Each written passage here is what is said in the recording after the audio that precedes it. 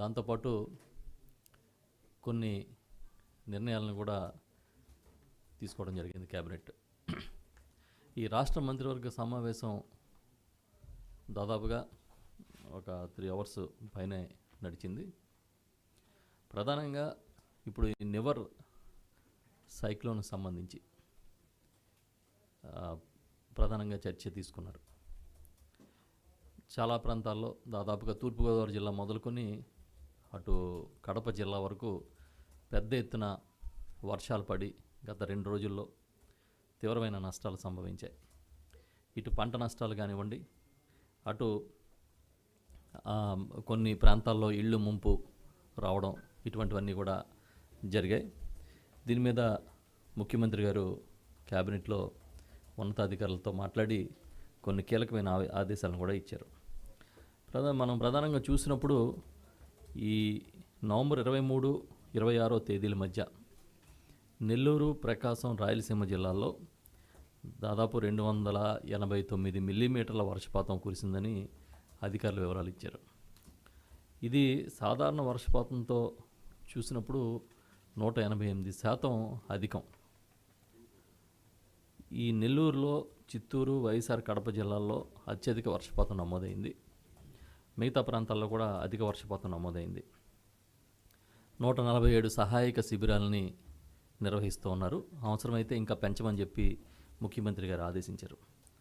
ఇప్పటివరకు 10,000 మందికి పైగా ఈ సహాయ శిబిరాల్లో ఉన్నట్టుగా అధికారులు వివరాలు ఇచ్చినప్పుడు, ఈ ప్రాథమిక సమాచారం ప్రకారం దాదాపు 30,000 హెక్టార్లలో వ్యవసాయ పంటలు, 1,300 హెక్టార్లలో ఈ ఉద్యాన పంటలు నష్టపోయినట్టుగా మనకి సమాచారం వచ్చింది. 175 కిలోమీటర్ల మేర రోడ్లు దెబ్బతిన్నాయని, చాలా చోట్ల చెరువులకి గండ్లు పడినట్టుగా కూడా మనకి ఇన్ఫర్మేషన్ ఇప్పటివరకు అందింది. విద్యుత్ సరఫరా కూడా అక్కడక్కడ అంతరాయాలు ఏర్పడ్డాయి. సబ్స్టేషన్లో కూడా కొంచెం నీళ్ళు వచ్చిన సంఘటనలు జరిగాయి. ఇవాళ ముఖ్యమంత్రి గారు ఆదేశించింది ఏంటంటే, యుద్ధ ప్రాతిపదికన ఈ తుఫాను సహాయక చర్యలు తీసుకోవాలని చెప్పి స్పష్టంగా చెప్పారు. కడప జిల్లాలో ఈ పరిస్థితిని ఎప్పటికప్పుడు సమీక్షించి దగ్గరుండి చూసుకోవడానికి ఉప ముఖ్యమంత్రి అంజాద్ బాషా గారిని కూడా అక్కడే ఉండమని చెప్పి ఆదేశించడం జరిగింది. సీఎం గారు ఈరోజు చెప్పిన దాంట్లో కీలకమైన అంశాలు ఈ తుఫానుకు సంబంధించి, ఎవరైతే శిబిరాల్లో ఉంటారో వారికి చిన్నపిల్లల దగ్గర నుంచి వృద్ధుల వరకు ఎవరైనా సరే 500 రూపాయలు వారికి క్యాష్ రూపేణా అందించమని చెప్పి చెప్పారు. ఇది కాకుండా మరొక కీలకమైన నిర్ణయం ఏంటంటే, డిసెంబర్ 15 నాటికి పూర్తిగా పంట నష్టాల ఎన్యూమరేషన్ పూర్తి చేయాలి. ఆ నష్టపరిహారం డిసెంబర్ 30 కల్లా రైతులకు అందించాలని చెప్పి ఆదేశించడం జరిగింది.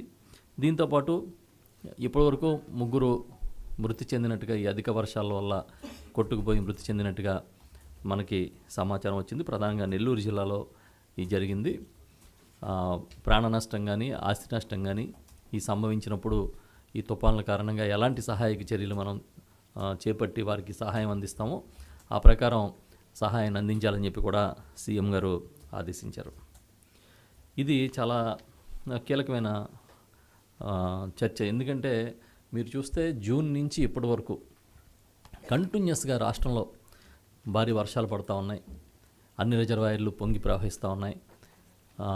ఒక పక్క వాతావరణం అనుకూలంగా ఉందనుకునేసరికి అధిక వర్షాల వల్ల మనం పంటలు నష్టపోయిన పరిస్థితి ఏర్పడింది. కానీ ఎప్పటికప్పుడు రైతును ఆదుకోవడమే మన లక్ష్యంగా గౌరవ ముఖ్యమంత్రి జగన్మోహన్ రెడ్డి గారు చాలా స్పష్టమైన ఆదేశాలు ఇచ్చి, హిస్టారికల్గా first time in the history June నుంచి సెప్టెంబర్ వరకు పంటల నష్టాలు జరిగిన వారికి అదే సీజన్లో ఇన్పుట్ సబ్సిడీని అక్టోబర్లో అందించాం. అక్టోబర్లో జరిగిన నష్టాలకి నవంబర్లో ఇన్పుట్ సబ్సిడీని అందించడం జరిగింది. ఇప్పుడు పడుతున్న వర్షాలకి ఇమీడియట్గా డిసెంబర్ ఎండింగ్కి ఇవ్వమని చెప్పి ఆదేశించడం అనేది ఒక చారిత్రాత్మకమైన నిర్ణయంగా ఈ సందర్భంగా మీ దృష్టికి తీసుకొస్తూ ఉన్నా.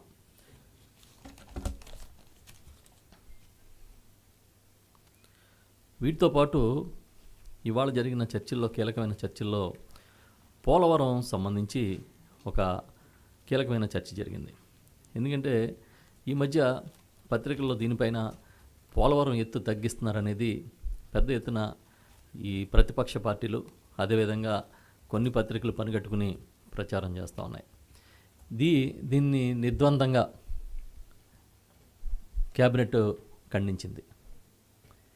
1 సెంటీమీటరు ఎత్తు కూడా తగ్గించట్లేదని చెప్పి క్యాబినెట్లో గౌరవ ముఖ్యమంత్రి జగన్మోహన్ రెడ్డి గారు ప్రకటించారు. ఇది కేవలం ఒక ప్రధాన ప్రతిపక్ష పార్టీ, అదేవిధంగా కొన్ని మీడియా సంస్థలు పనిగట్టుకుని దుష్ప్రచారం చేస్తూ అబద్ధాలని ప్రచారం చేసి పోలవరం ప్రాజెక్టు ఎత్తును తగ్గిస్తున్నట్టుగా ఒక ప్రజల్లో అపోహని క్రియేట్ చేస్తూ ఉన్నారు. దీని మీద సుదీర్ఘంగా చర్చించినప్పుడు అధికారులు కొంత ఇన్ఫర్మేషన్ ఇచ్చారు. ఈ సందర్భంగా ముఖ్యమంత్రి గారు కూడా క్యాబినెట్లో చాలా స్పష్టంగా చెప్పడం జరిగింది. ఎట్టి పరిస్థితుల్లో 1 సెంటీమీటర్ ఎత్తు కూడా తగ్గదు. పోలవరం ప్రాజెక్టు ఏదైతే ఒరిజినల్ డిజైన్స్ ఉన్నాయో ఆ ప్రకారమే నిర్మాణం జరుగుతుందని చెప్పి సీఎం గారు చాలా స్పష్టంగా చెప్పడం జరిగింది. ఈ స్పిల్వే పనులని యుద్ధ ప్రాతిపదికన పూర్తి చేస్తున్నామని చెప్పి చెప్పారు. దీని అంతటికీ కారణం, ఈ గందరగోళానికి కారణం ఏంటనేది కూడా వివరించడం జరిగింది ఆయన.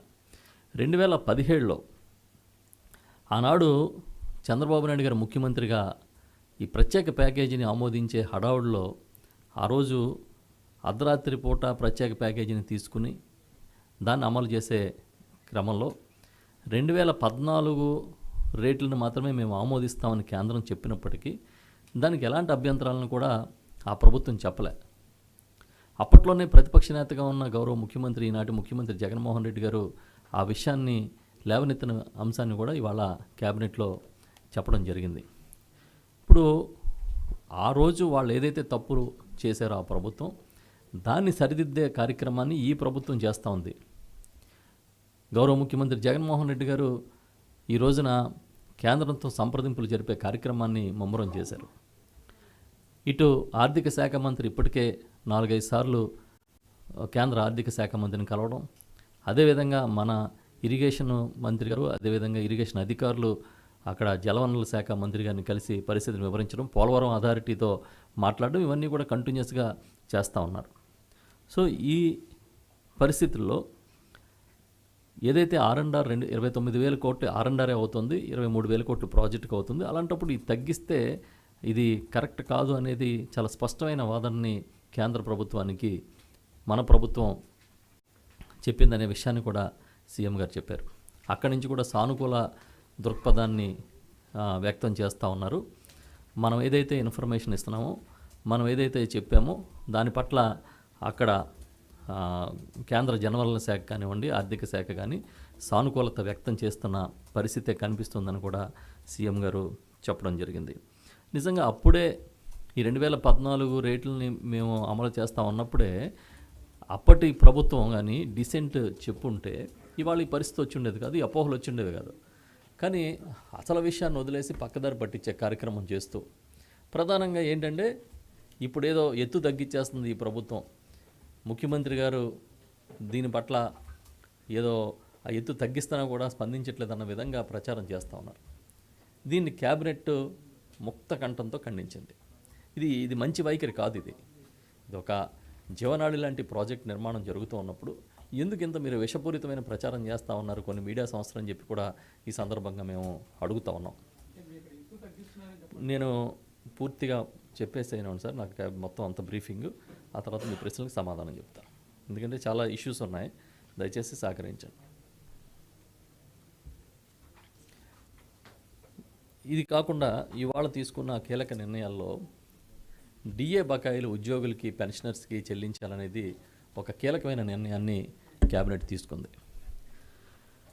డిఏ బకాయిలు చెల్లించడంతో పాటు అసలు ఉద్యోగులకు సంబంధించి మనం ఒకసారి డిఏలకు సంబంధించి చూసినప్పుడు 2018 జూలై 1 నుంచి ఇవ్వాల్సిన డిఏలు కూడా ఇవ్వలే ఉద్యోగులకి.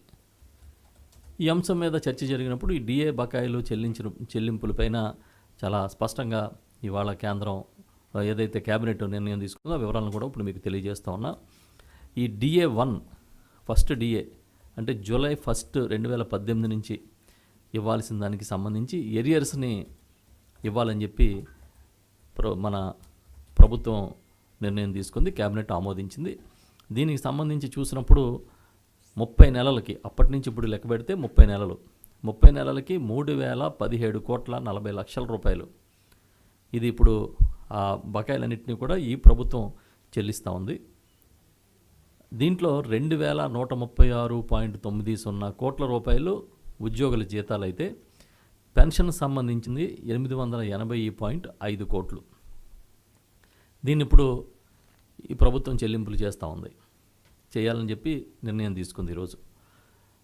ఇది కాకుండా సంవత్సరానికి ఇదే విధంగా మనం అమలు చేసినట్లయితే 854.76 కోట్ల రూపాయలు జీతాలు ఉద్యోగుల జీతాల్లోనూ, పెన్షన్స్ కింద 352.2 కోట్ల రూపాయలు కూడా అదనంగా ఈ ప్రభుత్వం ప్రతి సంవత్సరం చెల్లించడానికంటే దాదాపు 1,206,96,00,000 రూపాయలు చెల్లించాలని చెప్పి కూడా నిర్ణయం తీసుకోవడం జరిగింది. 3.144% డిఏ పెంపుని ఆమోదించడం జరిగింది. ఈ ప్రకారం ఇప్పుడు 3,017 కోట్ల రూపాయలు ఎరియర్స్ని చెల్లించుతాం. అది కాకుండా జనవరి 2021 నుంచి ఇక ప్రతి నెల కూడా ఈ చెల్లింపుని జీతాలతో కలిపి పెన్షన్స్తో కలిపి ఇవ్వడం జరుగుతుంది. దీంతోపాటు సెకండ్ డిఏ, రెండవ డిఏ జనవరి 2019 నుంచి పెండింగ్ ఉంది. ఇది కూడా 30 నెలల కాల పరిమితి తీసుకుని లెక్కించినప్పుడు 3,017,40,00,000 రూపాయలు ఓవరాల్గా ఎరియర్స్. ఇంకా ప్రతి సంవత్సరం 1,206,96,00,000 రూపాయలు జీతాలతోనూ పెన్షన్స్తో కలిపి ఇవ్వడం. ఈ రెండింటిని కూడా ఈ రోజున నిర్ణయం తీసుకున్న విషయాన్ని మీకు తెలియజేస్తూ ఉన్నా. దీంతోపాటు థర్డ్ డిఏ, ఈ థర్డ్ డిఏ 5.24% ఇవ్వాలని చెప్పి నిర్ణయం తీసుకున్నారు. జూలై 2019 నుంచి ఇది ఇవ్వాల్సింది, జనవరి 2022 నుంచి ఈ థర్డ్ డిఏ అమల్లోకి వస్తుంది. దాదాపు ఈ థర్డ్ డిఏలో చూసుకున్నప్పుడు 30 నెలలకి 5,028.90 కోట్ల రూపాయలు ఈ థర్డ్ డిఏ కింద మనం చెల్లింపులు చేస్తాం. దాంతోపాటు సంవత్సరానికి 1,424.64 కోట్లు జీతాలుగాను, 586.92 కోట్లు పెన్షన్లుగాను, దాదాపు ప్రతి సంవత్సరం 2,011.56 కోట్ల రూపాయలని ప్రతి నెల చెల్లించాల్సి వస్తుంది. ఈ లెక్కను చూసినట్లయితే ఈ ఫస్ట్ డిఏ 3,000 కోట్లు, ఆ తర్వాత డిఏ 3,000 కోట్లు, మూడో డిఏ వచ్చి 5,000 కోట్లు, దాదాపు 11,000 కోట్ల రూపాయలు ఎరియర్స్. అది కాకుండా ప్రతి సంవత్సరం ప్రతి డిఏకి సంబంధించి 1,200 కోట్లు, తర్వాత ఒక 2,011 కోట్లు, అంటే 4,400 కోట్లు. ఇవన్నిటిని కూడా ఇవ్వడానికి ఈరోజు క్యాబినెట్ ఆమోదించిన విషయాన్ని మీకు తెలియజేస్తున్నా. ఈ సందర్భంగా ఉద్యోగులకి ఈ ప్రభుత్వం అధికారంలోకి వచ్చినప్పటి నుంచి ఏమేమి మనం చేయగలిగాము అనే దాని మీద కూడా చర్చ జరిగిన సందర్భంగా గౌరవ ముఖ్యమంత్రి జగన్మోహన్ రెడ్డి గారు తెలియజేశారు. చాలా విషయాలని ఇవాళ చర్చించాం. ఉద్యోగులకు సంబంధించి ఆశా వర్కర్లకు జీతాల పెంపు దగ్గర మొదలుకొని ఆర్టీసీ ఉద్యోగుల్ని ప్రభుత్వంలో విలీనం చేసి దాదాపు 50,000 మందిని చేయడం, అదేవిధంగా అంగన్వాడీ వర్కర్స్కి, హోంగార్డ్స్కి, శానిటరీ వర్కర్స్కి జీతాలు పెంచడం, దీంతోపాటు పాత బకాయిలను చెల్లించడం, ఆప్కాస్ తీసుకొచ్చి కాంట్రాక్ట్ ఎంప్లాయీస్ని ఆప్కాస్లోకి తీసుకొచ్చి వారు నష్టపోకుండా జీతాలు చెల్లింపించే కార్యక్రమం. ఈ విధంగా ఉద్యోగుల్ని దృష్టిలో పెట్టుకుని వారు ఏ దశలోనే నష్టపోకుండా చూడడంతో పాటు కొత్తగా రిక్రూట్మెంట్ చేసి సుమారు 1,40,000 ప్రభుత్వ ఉద్యోగాలను కూడా ఈ ప్రభుత్వం ఇచ్చింది. ఉద్యోగుల పట్ల ఏదైతే బాధ్యత ఉందని మేము తీసుకుంటామని ఆనాడు ఎన్నికల ముందు గౌరవ ముఖ్యమంత్రి, ఈనాటి ముఖ్యమంత్రి జగన్మోహన్ రెడ్డి గారు ప్రకటించారు, దాన్ని తూచా తప్పకుండా అమలు చేసే కార్యక్రమం ఈరోజు ఉద్యోగుల సంక్షేమానికి సంబంధించి ప్రభుత్వం చేస్తూ ఉందనే విషయాన్ని కూడా మీ దృష్టికి తీసుకొస్తా ఉన్నా. మనం ఓవరాల్గా చూసినప్పుడు ఇప్పుడు ఈ గవర్నమెంట్ ఎంప్లాయీసు, పెన్షనర్సు ఇవన్నీ చూసినప్పుడు ఇంకొక కీలక నిర్ణయాన్ని కూడా ఈరోజు తీసుకోవడం జరిగింది. కరోనా సమయంలో మార్చి నెలకి సంబంధించి శాలరీస్ని పెన్షన్స్ని విత్హెల్డ్లో పెట్టడం జరిగింది. దాన్ని డిసెంబర్ నెలలో చెల్లింపులు చేయబోతా ఉన్నాం. అదేవిధంగా ఏప్రిల్లో ఏదైతే శాలరీస్ అండ్ పెన్షన్స్లో కోత విధించి కొంత విత్హెల్డ్ చేశారో దాన్ని వచ్చే జనవరి నెలలో చెల్లింపులు చేయాలని చెప్పి ప్రభుత్వం నిర్ణయం తీసుకుంది. దాన్ని ఈరోజు కేబినెట్ ఆమోదించింది. మీరు ఒకసారి దానికి సంబంధించిన వివరాలు కూడా మీకు తెలియజేస్తాను. పబ్లిక్ రిప్రజెంటేటివ్ సంబంధించి అయితే 100% ఆపేశారు 2 నెలలు.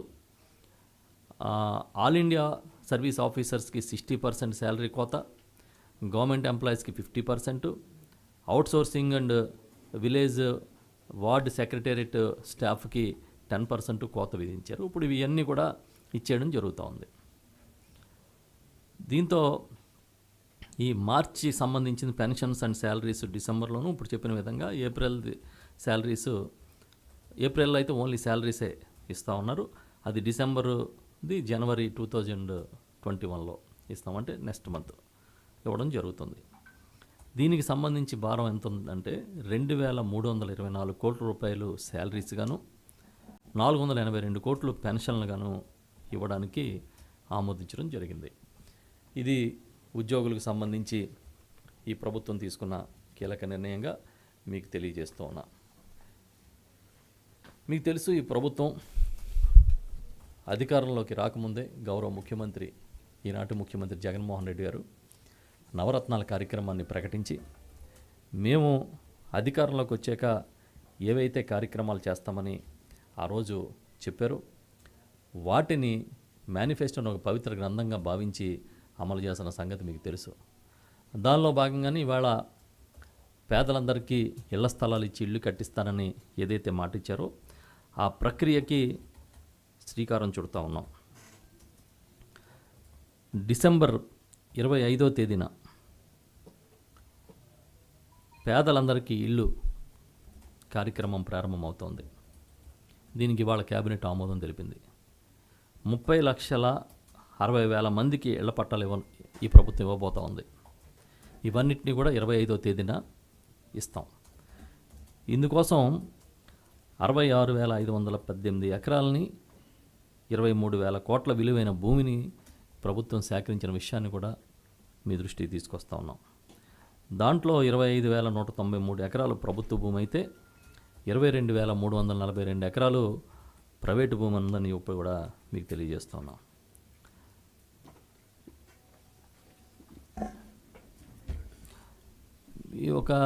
ఈ సందర్భంగా మీకు ఒక ఫైండింగ్ చెప్పదలుచుకున్నాను. దాదాపుగా రాష్ట్రంలో 11,000 గ్రామాలు ఉన్నాయి, ఇప్పుడు పంచాయతీలు ఉన్నాయి. కానీ ఇప్పుడు పేదలకు ఇస్తున్న లేఅవుట్స్ చూసినప్పుడు కాలనీలు 17,500 కాలనీలు వస్తున్నాయి. అంటే ఇల్లు లేని కుటుంబం ఉండకూడదు, ఈ రాష్ట్రంలో పేదలు ఉండకూడదు. ప్రతి ఒక్కరికి నీడ కల్పించాలని గౌరవ ముఖ్యమంత్రి జగన్మోహన్ రెడ్డి గారి లక్ష్యంగా ముందుకెళ్తున్న విషయాన్ని మీకు తెలియజేస్తూ ఉన్నా. 175 నియోజకవర్గాల్లో కూడా ఆ రోజు ఇళ్ల పట్టాలు ఇచ్చి తక్షణమే ఇళ్ల నిర్మాణం కూడా ప్రారంభించడానికి ఆమోదం ఈరోజు కేబినెట్ తెలిపింది. 16 లక్షల ఇళ్లను 175 నియోజకవర్గాల్లో నిర్మాణం చేపట్టబోతున్నామనే విషయాన్ని కూడా మీకు తెలియజేస్తూ ఉన్నాం. ఇది తొలి దశలో. మొత్తం అర్హత ఉన్న ప్రతి ఒక్కరికి రెండో దశలో కూడా ఇళ్ళు ప్రారంభించి అమలు చేయాలని చెప్పి దాదాపుగా 30 లక్షల ఇళ్ల నిర్మాణం చేయాలని చెప్పి ఈరోజు కేబినెట్ ఆమోదించింది. దీంట్లో టార్గెట్ ఏంటంటే 3 ఏళ్లలో ఇళ్ల నిర్మాణం అంతా పూర్తి చేయాలి. 8,494 లేఅవుట్లలో తొలి దశలో ఇవాళ 16 లక్షల ఇళ్ళు ప్రారంభిస్తూ ఉన్నాం. ఏవైతే కోర్టు వివాదాలు ఉన్నాయో, స్టేలు ఉన్నాయో వాటిని తర్వాత దశల్లో తీసుకోవడానికి ఇవాళ కేబినెట్ నిర్ణయం తీసుకుందనే విషయాన్ని కూడా మీకు తెలియజేస్తూ ఉన్నా. ఒక్కొక్క ఇంటికి 1,80,000 రూపాయలు యూనిట్ కాస్ట్గా ప్రభుత్వం సహాయం చేస్తుంది.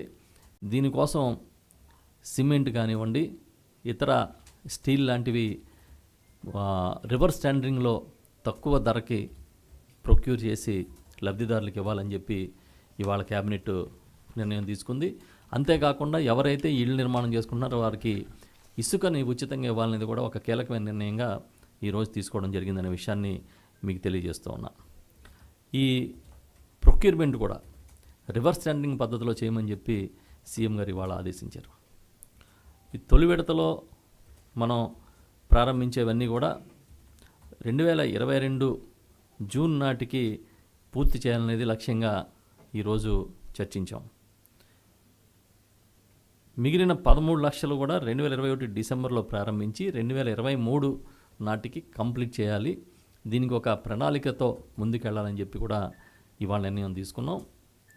ఈ కాలనీలన్నిటికీ కూడా విద్యుత్ సరఫరా, తాగునీటి సరఫరాకి సంబంధించిన మౌలిక వసతుల కల్పనను ఇమీడియట్గా ప్రణాళిక సిద్ధం చేసి అమలు చేయమని కూడా సీఎం గారు ఆదేశించడం జరిగిందనే విషయాన్ని మీకు తెలియజేస్తూ ఉన్నా.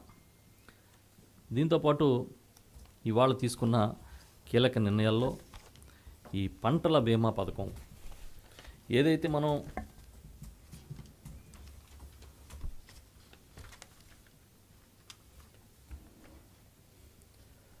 వైఎస్ఆర్ ఉచిత పంటల బీమా పథకాన్ని ఆనాడు గౌరవ ముఖ్యమంత్రి జగన్మోహన్ రెడ్డి గారు ప్రకటించడం జరిగింది.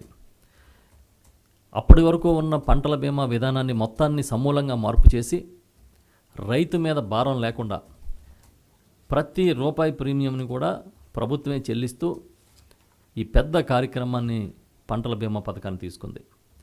దానికి సంబంధించి 2019 ఖరీఫ్లో ఈ పంటల బీమాకి సంబంధించిన చెల్లింపులు త్వరలోనే చెల్లించడానికి డిసెంబర్ 15వ తేదీన డిసెంబర్ 15వ తేదీన చెల్లించాలని చెప్పి ఈరోజు కేబినెట్ నిర్ణయం తీసుకుంది. దీనికి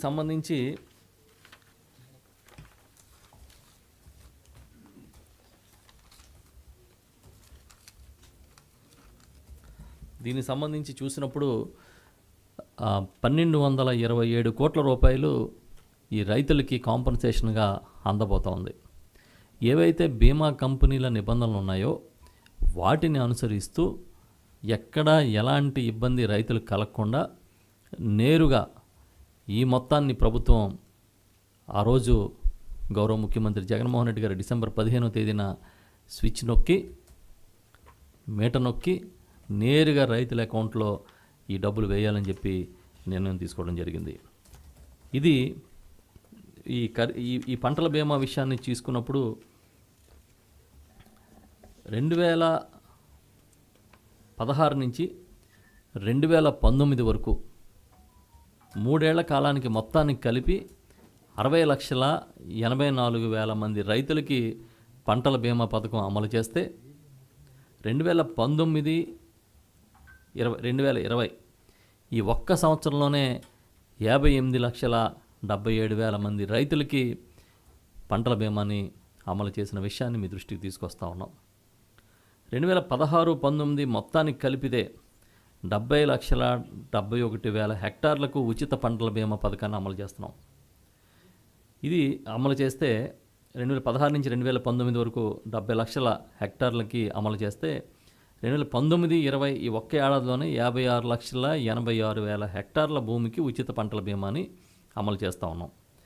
అంటే మీరు ఇంకా విలువలు కూడా చూసినప్పుడు ఈ 3 ఏళ్లలో బీమా విలువ 37,457 కోట్లు అయితే, అంటే గడిచిన 16-19 మధ్య ఈ ఒక్క ఏడాదిలోనే 37,721.57 కోట్లుగా మీకు తెలియజేస్తూ ఉన్నా.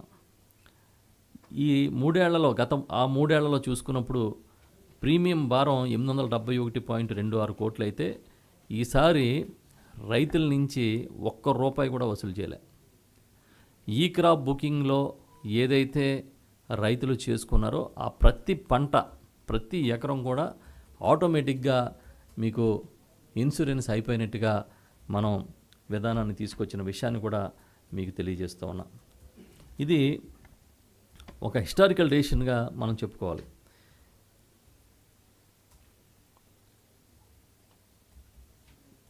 ఇన్ని వేల కోట్ల రూపాయలు ప్రభుత్వం రైతుల కోసం ఇన్సూరెన్స్ చెల్లించడం అనేది గతంలో ఎప్పుడూ జరగలేదు. సకాలంలో ఎప్పుడు ఆ ఇన్సూరెన్స్ని ఇచ్చిన పరిస్థితి కూడా హిస్టారికల్గా చూస్తే కనిపించట్లే. కానీ గౌరవ ముఖ్యమంత్రి జగన్మోహన్ రెడ్డి గారు ఒక్కటే, నేరుగా ఏదైతే మనం నిబంధనల ప్రకారం చెల్లించామో వాటిని ఎప్పటికప్పుడు రైతులకి అందించే కార్యక్రమం చేయాలి కాబట్టి పారదర్శకంగా నేరుగా వారి అకౌంట్లోనే అమౌంట్స్ వేసే విధంగా నిర్ణయం తీసుకుని ఈ డిసెంబర్ 15న ఈ కార్యక్రమం 2019 ఖరీఫ్ ఇన్సూరెన్స్ ఉచిత పంటల బీమా వైఎస్ఆర్ ఉచిత పంటల బీమాని ఆ రోజు నిర్వహించడానికి కేబినెట్ ఆమోదించిన విషయాన్ని కూడా మీ దృష్టికి తీసుకొస్తూ ఉన్నా.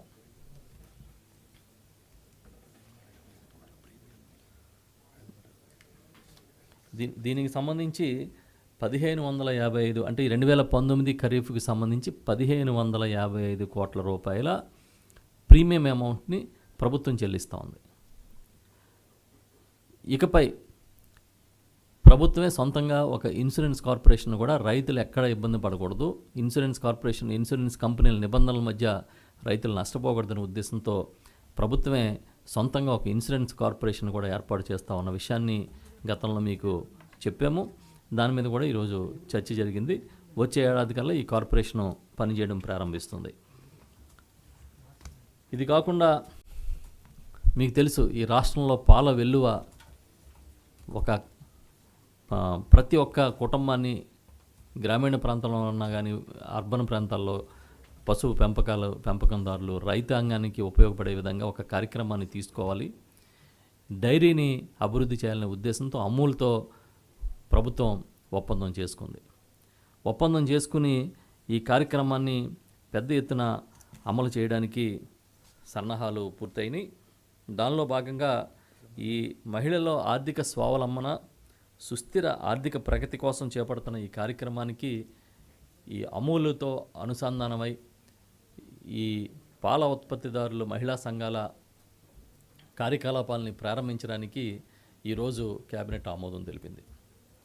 దీంట్లో డిసెంబర్ 2 నుంచి ఈ కార్యక్రమం అమల్లోకి వచ్చే విధంగా డిసెంబర్ 2వ తేదీన ఈ ఏపీ అమూల్ ప్రాజెక్ట్ని గౌరవ ముఖ్యమంత్రి జగన్మోహన్ రెడ్డి గారు ప్రారంభిస్తూ ఉన్నారని చెప్పి తెలియజేస్తూ ఉన్నా. డిసెంబర్ 2వ తేదీన ప్రారంభించే ఈ కార్యక్రమంలో చేయూత ఆసరా లబ్ధిదారులని ఇప్పటివరకు ఎంపిక చేసిన మహిళలకి ఆవులు గేదెలు యూనిట్ల పంపిణీది ప్రారంభమవుతుంది. అంటే ఆ రోజు వారందరికీ కూడా వీటిని మంజూరు చేసే కార్యక్రమం చేపడుతూ ఉన్నారు. మొదటి దశలో 400 గ్రామాల్లో వైఎస్ఆర్ కడప జిల్లా, చిత్తూరు జిల్లా, ప్రకాశం జిల్లా ఈ 3 జిల్లాల్లో కూడా 400 గ్రామాల్లో మొదట దీన్ని ప్రారంభించాలనేది నిర్ణయంగా తీసుకోవడం జరిగింది. 9899 బల్క్ చిల్లింగ్ సెంటర్స్ని నిర్మాణం చేయాలని చెప్పి కూడా ఈరోజు నిర్ణయం తీసుకున్నాం. ఇవన్నీ కూడా ఆయా ఎక్కడైతే పాల ఉత్పత్తిదారులు ఉన్నారో ఆ ప్రాంతాల్లో ఈ బల్క్ చిల్లింగ్ సెంటర్స్ అన్నీ కూడా వస్తాయి. ఇది కాకుండా గొర్రెల్ని మేకల్ని కూడా ఈ ఆర్థిక స్వావలంబన కోసం దీనికన్నా ముందు ఇంకొక విషయం ఏంటంటే ఈ పాలకు సంబంధించి 4 రూపాయలు ఏదైతే అదనంగా ధరిస్తామన్నారో అది కూడా ఈ దీంతోపాటు ఈ అమూల్తో ఎప్పుడైతే ఈ పాల వెలువ కార్యక్రమం ప్రారంభమవుతుందో అప్పుడుతో ఇది కూడా ప్రారంభమవుతుందనే విషయాన్ని కూడా ఈ సందర్భంగా తెలియజేస్తూ ఉన్నాం. దీంతోపాటు ఈ చేయూత కింద అంటే ఇప్పుడు మనం ఇంతకుముందు చెప్పిన ఆవులు గేదెలు విషయం వచ్చినప్పుడు 4,68,000 పాడి పశువుల్ని ఇవ్వడానికి ప్లాన్ చేశాం. ఇది కాకుండా 2,49,000 మేకలు గొర్రెల్ని ఇవ్వడానికి చేయూత కింద మహిళలకు ఇవ్వడానికి ప్లాన్ చేసిన విషయాన్ని కూడా ఈ సందర్భంగా మీకు తెలియజేస్తూ ఉన్నా. అంటే ఒక్క యూనిట్కి 14 గొర్రెలు కానీ మేకలు కానీ ఉంటాయి. అందులో ఫిమేల్ 13 ఉంటే ఒకటి మేల్ ఉంటుంది. ఇవన్నిటిని కూడా ఒక్కొక్క యూనిట్గా చేయడానికి ఇప్పటికే లబ్ధిదారుల ఎంపిక కార్యక్రమం కూడా ప్రారంభమైంది. ఇది త్వరితగతిన చేసినట్లయితే ఆయా ప్రాంతాల్లో ఈ పేద కుటుంబాలకి ఆర్థిక స్వావలంబనకి తోడ్పడుతుందనే ఉద్దేశంతో ఈ నిర్ణయాన్ని తీసుకున్నామని చెప్పి విషయాన్ని తెలియజేస్తూ ఉన్నాం. దీన్ని డిసెంబర్ 10వ తేదీన లాంచ్ చేయబోతా ఉన్నాం. ఈ పథకాన్ని గౌరవ ముఖ్యమంత్రి జగన్మోహన్ రెడ్డి గారు డిసెంబర్ 10వ తేదీన ప్రారంభిస్తారు.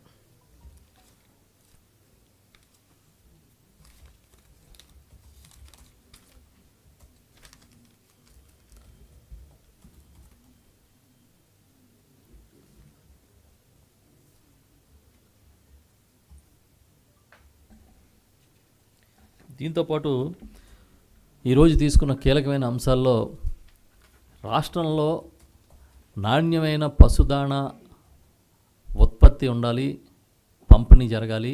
లేనట్లయితే మొత్తం ఈ వ్యవస్థే దెబ్బతింటా ఉందనే విషయాన్ని ప్రభుత్వం గమనించి దీన్ని ఈ పశుదాణా ఉత్పత్తి పంపిణీ నియంత్రణ బిల్లుని రేపు అసెంబ్లీలో తీసుకురావడానికి ఈరోజు కేబినెట్ ఆమోదం చేసిందనే విషయాన్ని కూడా మీకు తెలియజేస్తూ ఉన్నా. దీనికి చాలా కఠినంగా, అంటే ఎవరైతే దీన్ని కల్తీ చేసినా, నాణ్యత లేని ఉత్పత్తి చేసి పంపిణీ చేసినా దీనికి పెనాల్టీలతో పాటు జైలు శిక్షను కూడా విధించే విధంగా ఈ చట్టాన్ని తీసుకురావడానికి బిల్లును ప్రిపేర్ చేయమని చెప్పి ముఖ్యమంత్రి గారు ఇవాళ క్యాబినెట్లో ఆదేశించడం జరిగింది. ఎందుకంటే మనం ఎన్ని లక్షల పశు పెంపకం జరిగినా వాటి ఆరోగ్యం అనేది సరిగా లేకపోతే నష్టం జరుగుతుంది. కాబట్టి ప్రతి విషయంలో కూడా మనం స్ట్రిక్ట్గా ఉండాల్సింది అనేది ప్రభుత్వ ఆలోచన. దానికోసమే ఈ నిర్ణయాన్ని తీసుకున్నామనే విషయాన్ని కూడా మీకు తెలియజేస్తూ ఉన్నా. ఇది కాకుండా ఈ ఆంధ్రప్రదేశ్ ఫిషరీస్ యూనివర్సిటీ చట్టాన్ని కూడా తీసుకురావడానికి బిల్లుని వచ్చే అసెంబ్లీలో ప్రవేశపెట్టడానికి కేబినెట్ ఈరోజు ఆమోదించింది. ఇది ఈ రాష్ట్రంలో ఫిషరీస్, ప్రత్యేకించి ఆక్వా రంగంలో సమగ్ర అభివృద్ధికి నిపుణుల్ని, ప్రొఫెషనలిస్టులని తయారు చేయడం కోసం ఉపయోగపడుతుంది. దాని విధి విధానాలు, నిబంధనల్ని రూపొందిస్తూ ఈ బిల్లు వస్తూ ఉందని చెప్పి తెలియజేస్తూ ఉన్నాను. ఈ యూనివర్సిటీ నుంచి డిగ్రీ కోర్సులు వస్తాయి, పీజీ కోర్సులు కూడా వస్తాయి. దీనికి సంబంధించి ఈ బిల్లుని ఈరోజు తీసుకొస్తూ ఉన్నాం. మీకు తెలుసు, రాష్ట్రంలో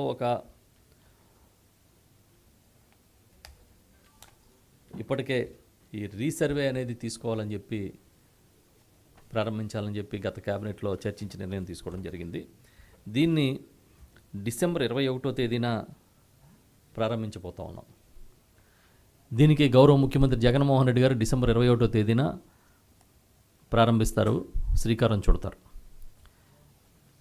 ఈ కార్యక్రమానికి వైఎస్ఆర్ జగనన్న శాశ్వత భూ హక్కు మరియు భూరక్షణ పథకం కింద నామకరణం చేశాం. ఈ సమగ్ర సర్వే పూర్తి సాంకేతిక పరిజ్ఞానాన్ని వినియోగించుకుంటూ సర్వే రాళ్లను కూడా రైతులకు ఉచితంగానే ఇస్తూ, ఇటు సాంకేతికంగాను అటు ఎక్కడా కూడా రైతుకి వివాదరహితంగా ఉండే విధంగా దీన్ని తయారు చేయాలని చెప్పి, దానికి సంబంధించి ఒక అవసరమైన మార్పులు చేస్తూ ఈరోజు కేబినెట్ ఆమోదం తెలిపింది. దీన్ని ఇప్పుడే చెప్పిన విధంగా డిసెంబర్ 21వ తేదీన గౌరవ ముఖ్యమంత్రి జగన్మోహన్ రెడ్డి గారు ప్రారంభించి శ్రీకారం చుడతారు. అక్కడి నుంచి 2023 వరకు ఈ దశల వారీగా నిర్దేశించిన ప్రకారం సర్వే బృందాలతో పూర్తి స్థాయిలో ఈ రీసర్వే అనేది జరుగుతుంది. ఇది 100 సంవత్సరాల తర్వాత ఈ రాష్ట్రంలో జరుగుతున్న భూ సర్వే ఒక సాహసమైన నిర్ణయం. ఎందుకంటే ఇప్పటికే గ్రామాల్లో భూ వివాదాలు, రకరకాల సమస్యలు, శాశ్వతంగా వీటికి పరిష్కారం చూపించాలనే ఉద్దేశంతో దీన్ని తీసుకున్నారు. దీనికి 927 కోట్ల రూపాయలు ఖర్చు అవుతుందని చెప్పి ఇవాళ క్యాబినెట్లో ప్రతిపాదిస్తే క్యాబినెట్ కూడా ఆమోదించడం జరిగింది.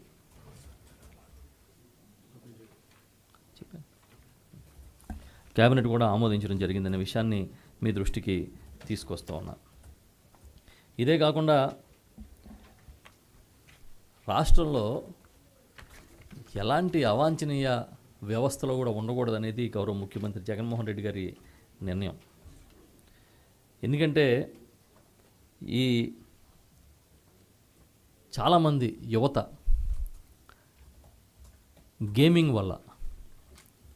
గ్యాంబ్లింగ్ వల్ల నష్టపోతూ ఉన్నారు. దీని మీద ఉక్కుపాదం మోపాలనేది ఈరోజు క్యాబినెట్లో గౌరవ ముఖ్యమంత్రి జగన్మోహన్ రెడ్డి గారు చెప్పారు. దానికోసం ఉన్న చట్టాలని స్ట్రెంగ్థన్ చేయమని చెప్పి ఆదేశించారు. ఆ ప్రకారం ఏపీ గేమింగ్ యాక్ట్ 1974ని సవరిస్తూ ఒక ఆర్డినెన్స్ని తీసుకొచ్చి వచ్చే అసెంబ్లీ సమావేశాల్లో బిల్లుని ప్రవేశపెట్టబోతా ఉన్నాం. నాన్ బెయిలబుల్ సెక్షన్స్తో గ్యాంబ్లింగ్ అండ్ గేమింగ్ ఆడేవాళ్ళనే కాదు ఆడించే వాళ్ళకు కూడా కఠినంగా శిక్షించే విధంగా ఈ చట్టాన్ని రూపొందించమని చెప్పి ఇవాళ జరిగిన చర్చలో గౌరవ ముఖ్యమంత్రి జగన్మోహన్ రెడ్డి గారు ఆదేశించారు. దానికి కేబినెట్ ఆమోదం తెలిపింది. రేపు వచ్చే అసెంబ్లీ సమావేశంలోనే ఈ బిల్లుని ప్రవేశపెడతామని చెప్పి కూడా తెలియజేస్తూ ఉన్నా. దీంతోపాటు ఈరోజు పలు కీలకమైన అంశాలపై కూడా ప్రభుత్వం ఏ విధమైన నిర్ణయాలు తీసుకోవాలనే దాని మీద చర్చించడం జరిగింది.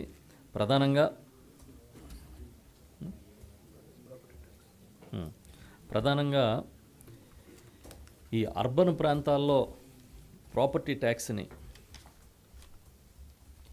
ఆస్తి పన్ను విధింపుకు సంబంధించి ఆ విధానంలో మార్పులు చేస్తూ ఈరోజు కేబినెట్ ఆమోదం తెలిపింది. వార్షిక అద్దె ఆదాయం మీద ఇదివరకు పన్ను వేసేవారు. ఆ విధానంలో శాస్త్రీయత లేదనేది తేల్చడం జరిగింది. అధికారులు ఏదైతే పారదర్శకమైన విధానం ఉంటుందో, అందరికీ ఒక సమానమైన పన్ను వ్యవస్థ ఉంటుందనేది ఉండాలి అనేది ప్రభుత్వ నిర్ణయం. ఆ ప్రకారం ఈ అవినీతికి ఆస్కారం లేని విధంగా ఈ పన్నులు, ఇంటి పన్నులన్నింటినీ వేయడానికి అర్బన్ ప్రాంతాల్లో ఈరోజు కేబినెట్ ఆమోదం తెలిపిందని చెప్పి తెలియజేస్తూ ఉన్నా. ఇప్పుడున్న విధానంలో సమూలంగా మార్పులు చేస్తూ ఉన్నాం. ఈ నివాసం ఉండే ఇళ్లకు 0.1% నుంచి 0.5% వరకు, వాణిజ్య ఇతర నిర్మాణాలకు సంబంధించి 0.2% నుంచి 2% వరకు మాత్రమే పన్నులు ఉంటాయి.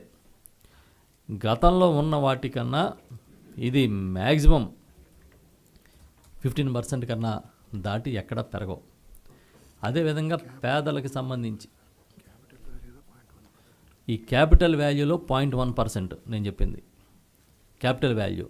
అంటే ఇంతకుముందు అద్దె పై వచ్చే ఆదాయాన్ని లెక్కించి అది ఎవరు కడతారో, ఆ అద్దె ఎలా వస్తుంది అనేది ఎవరు డిక్లేర్ చేస్తారో కూడా అర్థం కాదు.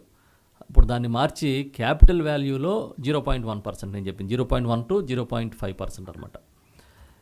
ఇప్పుడు ఇది కాకుండా పేదలు ఏదైతే నివసిస్తూ ఉంటారో బీపీఎల్ కేటగిరీలో వారికి ₹50 మాత్రమే పన్ను విధిస్తూ నిర్ణయం తీసుకున్నాం. ఇప్పటివరకు ఈ విధానం పొరుగు రాష్ట్రాల్లో కూడా అమలు అవుతోంది.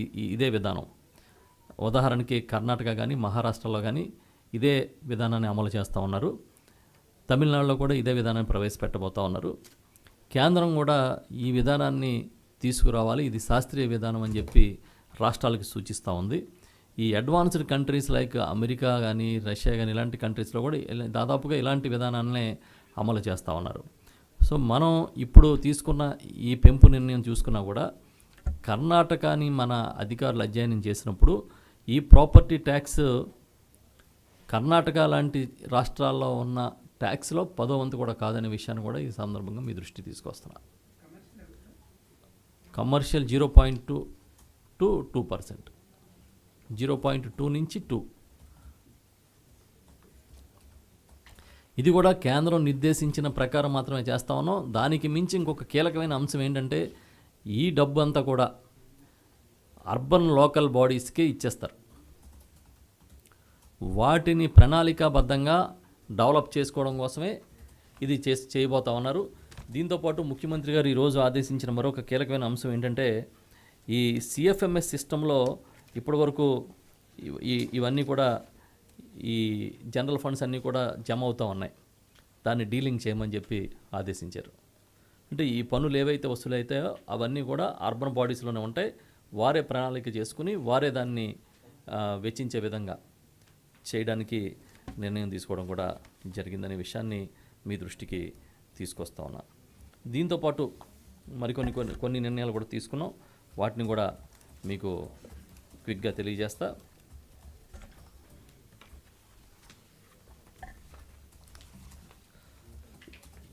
ఈ ఉత్తరాంధ్ర సాగునీటి ప్రాజెక్టుల కోసం ఒక అభివృద్ధి కార్పొరేషన్ని EIPDCL పేరుతో స్పెషల్ పర్పస్ వెహికల్ని ఏర్పాటు చేయడానికి దాని రిజిస్ట్రేషన్కి వాళ్ళ క్యాబినెట్ ఆమోదించింది.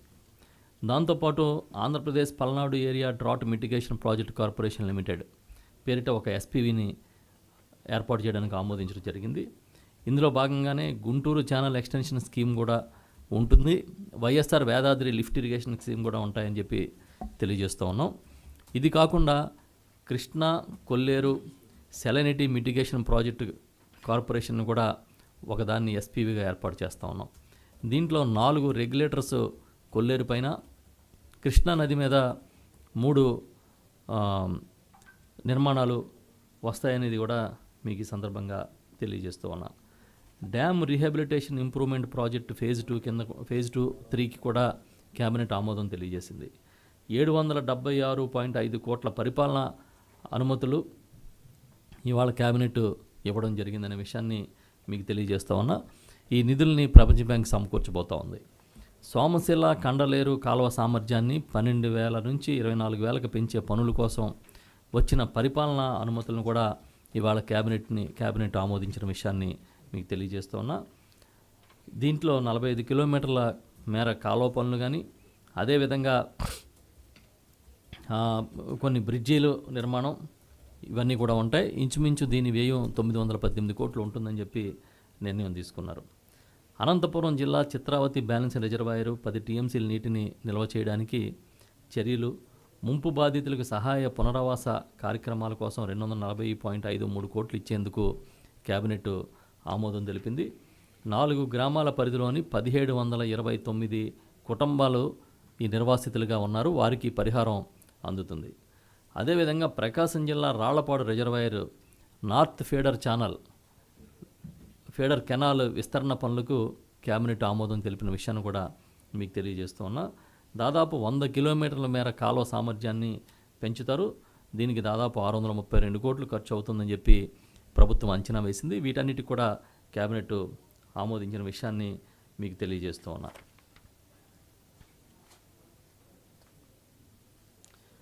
ఈ వైఎస్ఆర్ కడప జిల్లా కొప్పర్తి ఇండస్ట్రియల్ హబ్లో కూడా ఈ ఏవైతే కొత్తగా పరిశ్రమలు వస్తున్నాయో వాటికి రాయితీలు ఇచ్చే విషయంలో కూడా ఈరోజు ఆ రాయితీలకి కూడా కేబినెట్ అనుమతి ఇచ్చిన విషయాన్ని మీ దృష్టికి తీసుకొస్తూ ఉన్నాం.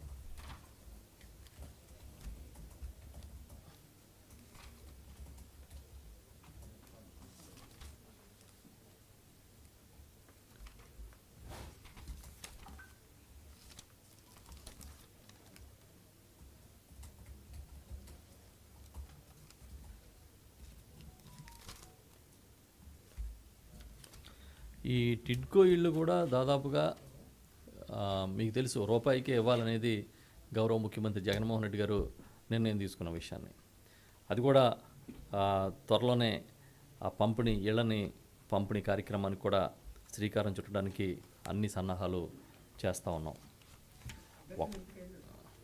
అవుతుంది కదా, అవుతుంది. ఇప్పుడు మీరు చూసినట్టయితే ఈ ఒక్క డిసెంబర్ నెలలోనే 5 కార్యక్రమాలకి శ్రీకారం చుడుతున్నాం. ఇప్పటివరకు మీకు చెప్పిన దాంట్లో మళ్ళీ ఒకసారి ఆ డేట్స్ చెప్తున్నాను మీ క్లారిటీ కోసం. డిసెంబర్ 2వ తేదీన ఈ చేయూతి కింద ఈ పాడి పశువులు ఇచ్చేది, సారీ అదే రోజు ఆవులు గేదెలు కూడా ఈ డిసెంబర్ 2వ తేదీన అమూల్తో ఒప్పందాన్ని లాంచ్ చేయడం, అదే రోజు ఆవులు గేదెలు పాడి పశువులు పంపిణీ కార్యక్రమానికి శ్రీకారం చుడతారు. గౌరవ ముఖ్యమంత్రి గారు జగన్మోహన్ రెడ్డి గారు ఈ కార్యక్రమాన్ని నిర్వహిస్తారు. అదేవిధంగా డిసెంబర్ 10వ తేదీన చేయూత కింద పాడి పశువులతో పాటు ఈ గొర్రెలు మేకలు పెంపకందారులకి ఈ పథకాన్ని లాంచ్ చేయబోతూ ఉన్నారు. ఇది కాకుండా డిసెంబర్ 21న ఈ భూముల రీసర్వే కార్యక్రమానికి శ్రీకారం చుట్టబోతూ ఉన్నారు. డిసెంబర్ 25న ఇళ్ల స్థలాలు ఇచ్చే కార్యక్రమం ప్రారంభమవుతుంది. ఇది ఇమీడియట్గా దాంతోపాటు హౌసింగ్ టేకప్ చేసే కార్యక్రమం కూడా ప్రారంభమవుతుంది. దాదాపు 15 రోజుల పాటు ఆ లేఅవుట్స్ అన్నిటినీ ఎక్కడైతే మనం ఇళ్ల స్థలాలు ఇచ్చామో వాటన్ని చోట్ల హౌసింగ్ కార్యకలాపాల శంకుస్థాపనల కార్యక్రమాల్లో కానీ అక్కడ జరుగుతున్న కార్యకలాపాల్లో కానీ స్థానిక శాసనసభ్యులు పాల్గొనాలని కూడా నిర్ణయం తీసుకోవడం జరిగింది. ఈ డిసెంబర్ 15 వచ్చేటప్పటికి 2019 ఖరీఫ్ ఈ పంటల బీమా పథకానికి మనం ఇవ్వాల్సిన దాదాపు 1,200 కోట్ల రూపాయల పై చిలుకు మొత్తాన్ని నేరుగా రైతుల అకౌంట్స్లో గౌరవ ముఖ్యమంత్రి జగన్మోహన్ రెడ్డి గారు వేస్తూ స్విచ్ నొక్కుతారని చెప్పి ఈ సందర్భంగా మీకు తెలియజేస్తూ ఉన్నా. ఇవి ఈరోజు కేబినెట్ తీసుకున్న కీలకమైన నిర్ణయాలు. చాలా ఉన్నాయి, చెప్పాను కదా, 22 అంశాలు ఎన్నో ఉన్నాయి ఈరోజు. చెప్పు. ఎందుకు ఇవ్వలే? మీరు క్లారిటీ తీసుకోలేకపోతున్నారు. మీరు తీసుకోండి క్లారిటీ, మేము ఇవ్వకపోవడం కాదు.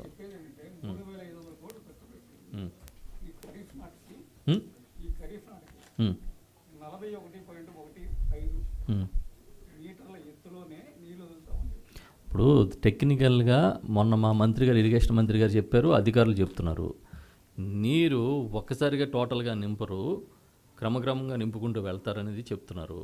ఇప్పుడు ఎత్తు చేయాలంటే కాఫర్ డ్యామ్ పూర్తయింది, ఇందాక కూడా దాని మీద చర్చ జరిగింది చాలాసేపు. ఇప్పుడు అక్కడి నుంచి కింద లెవెల్ నుంచి తీసుకోవాలి, ఆ పునాదుల్లోంచి. అసలు మీకు ఇప్పుడు రేపొద్దున మార్చి 31కి నీటి విడుదల ఆపి, గోదావరి జలాలను ఆపి ఈ పనులు వేగవంతం చేయాలనేదో ప్రణాళిక నడుస్తూ ఉంది.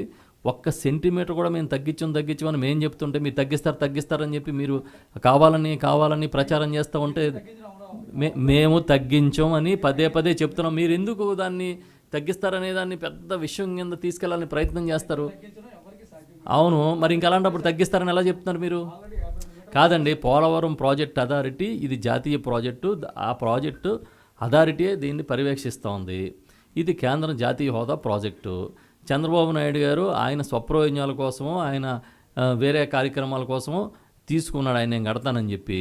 ఇప్పుడు మేము అది చేయట్లే, అది కంటిన్యూ చేస్తున్నాము. ఎందుకంటే అవన్నీ చాలా, ఇప్పుడు చూడండి, బాబు గారి బాకీలు తీర్చడమే సరిపోతుంది. మా పని అంతా బాబు గారి బాకీలు. ఇప్పుడు నేను చెప్పినట్లో అన్ని బాబు గారి బాకీలే. ఉద్యోగుల జీతాలు బాబు గారి బాకీలు, డిఏలు బాబు గారి బాకీలు, ఇంకా చూడండి, ఇంకా చెప్పాను కదా మీకు, బీమా బాబు గారి బాకీలు, ఇవన్నీ టిట్కో బాబు గారి బాకీలు. ఈ బాబు గారి బాకీలు తీర్చడానికే సరిపోతుంది కాలం అంతా.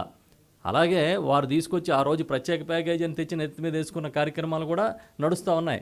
దాన్ని ఇప్పుడు రెక్టిఫై చేయమని, పోలవరం ప్రాజెక్టు వ్యవహారంలో రెక్టిఫై చేయమని చెప్పి ప్రభుత్వం ప్రయత్నం చేస్తూ ఉంది. అందుకే ఫైనాన్స్ మినిస్టర్ గారు, ఇరిగేషన్ మినిస్టర్ గారు, అధికారులు పదే కేంద్రంతో సంప్రదింపులు చేస్తూ ఉన్నారు.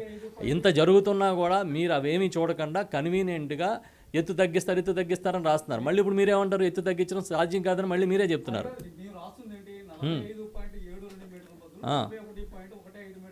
మేమేం చెప్తున్నాం? సెంటీమీటర్ కూడా తగ్గించమని చెప్తున్నాం. మీరు తగ్గిస్తారని ఎక్కడ కట్టారు? కాదు, మేము సెంటీమీటర్ తగ్గించామని చెప్తుంటే మీరు తగ్గించారని మీరు అదే రాసి అదే ప్రజల్లో తీసుకెళ్లాలంటే రేపు ఇప్పుడు మేము తగ్గించామా, పెంచామా, లేకపోతే ఎంత కట్టామనేది రేపు తెలుస్తుంది కదా. విజువల్గా అక్కడ కళ్ళకు కనపడుతుంది కదా. ఇదేమి పేపర్లో ఉండేది కాదు కదండి. కాదు, ఇదేమీ పేపర్లో ఉండేది కాదు, అక్కడ ఫీల్డ్లో కనిపించేది. నేను అదే చెప్తా ఉన్నా, ఇవాళ నిర్ద్వందంగా క్యాబినెట్ ఖండించింది. ఎందుకంటే మీరు ఎందుకు అపోహలు క్రియేట్ చేస్తారు? కొంతమంది మీడియా, చంద్రబాబు నాయుడు గారు కలిపి ఇదే కార్యక్రమాన్ని కంటిన్యూ ఎంతకాలం చేయాలనుకుంటున్నారు? అంటే కాదు, దేనికోసం అపోహ క్రియేట్ చేస్తారు? పోలవరం ప్రాజెక్ట్ని మేము 2018కి పూర్తి చేస్తామని చెప్పిన పెద్ద మనుషుల్ని ఆ రోజు మీరు ఒక్కరోజు కూడా మీరు ప్రశ్నించలేకపోయారు.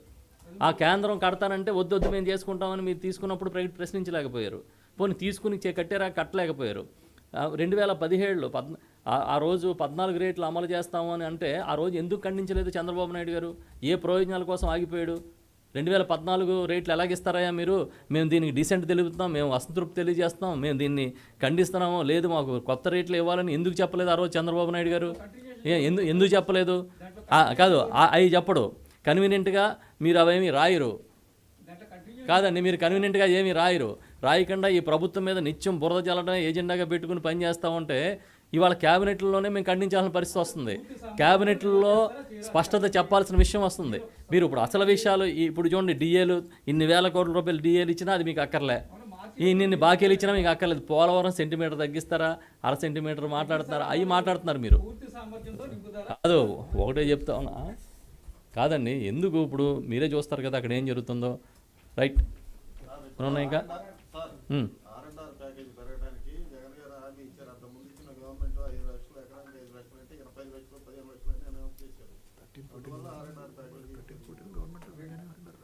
కాదండి, 13-14లోనే R&R ప్యాకేజీలో మార్పులు చేశారు. ఓ పని చేయండి, మీకు ఏదైనా ఇన్ఫర్మేషన్, ఇప్పుడు నేను క్యాబినెట్ బ్రీఫింగ్ చేశా, మీరు పలానా ఇన్ఫర్మేషన్ కావాలంటే తీసుకుని మళ్ళీ మీకు ఇస్తాం మేము. R&R ప్యాకేజీలో ఎవరు ఎప్పుడు ఏం మార్పులు చేశారు, ఎందుకు అది పెరిగింది, ఎందుకు ఇవ్వాల్సి వస్తుంది, ఆ రోజు ఎందుకు అది సరిపోలేదని చెప్పాం, వాళ్ళు ఎందుకు ఎక్కువ ఇవ్వాలనుకుంటున్నాం అనేది అని డీటెయిల్గా మనం మాట్లాడుకుందాం. ఇవాళ క్యాబినెట్ బ్రీఫింగ్, క్యాబినెట్లో తీసుకున్న నిర్ణయాలు మీకు చెప్తా ఉన్నా. చెప్పండి.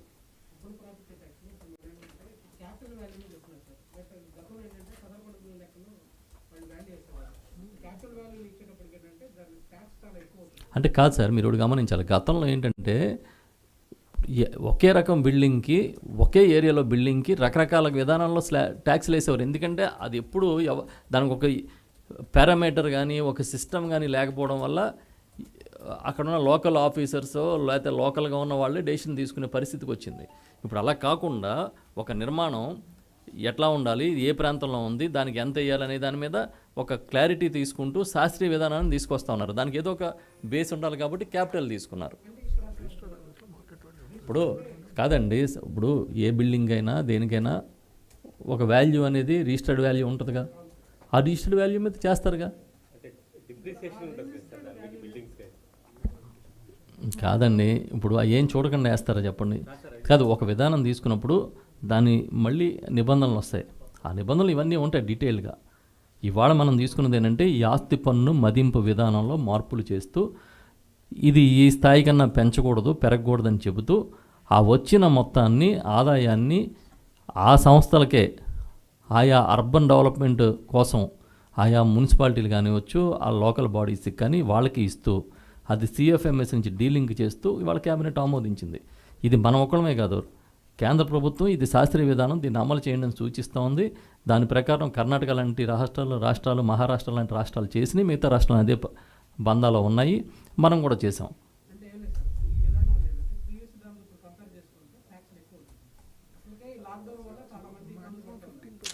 అలా కాదండి, మ్యాక్సిమం ఎంత పెరుగుతుందని కూడా చూసాం కదా. లేదు, క్యాప్ ఉంది. మ్యాక్సిమం 15% దాటి పెరగవు, దాని క్యాపింగ్ ఉంది.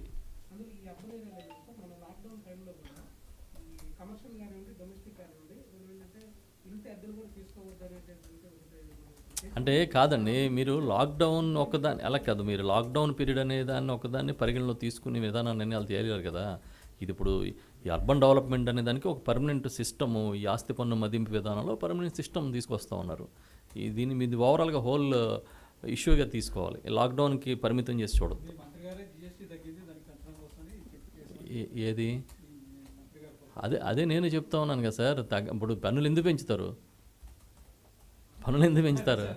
ఆదాయం కోసం పెంచుతారు, అది కాదు. కానీ అబ్నార్మల్గా పెంచట్లే కదా, అది గవర్నమెంట్కి రావడానికే పెంచుతున్నారు, అది ఎవరి జేబులోకి రాదు కదా.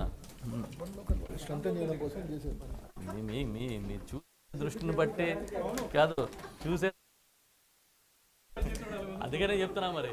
కాదు అన్ని ఇన్ని చెప్తుంటే వదిలేసి ఆ సెంటీమీటర్ తగ్గించారా, సెంటీమీటర్ తగ్గలేదు, సెంటీమీటర్ ఇక ఇలా చూడండి, కుట్టించుకునే షర్టే సెంటీమీటర్ తగ్గితే ఒప్పుకోం మనం.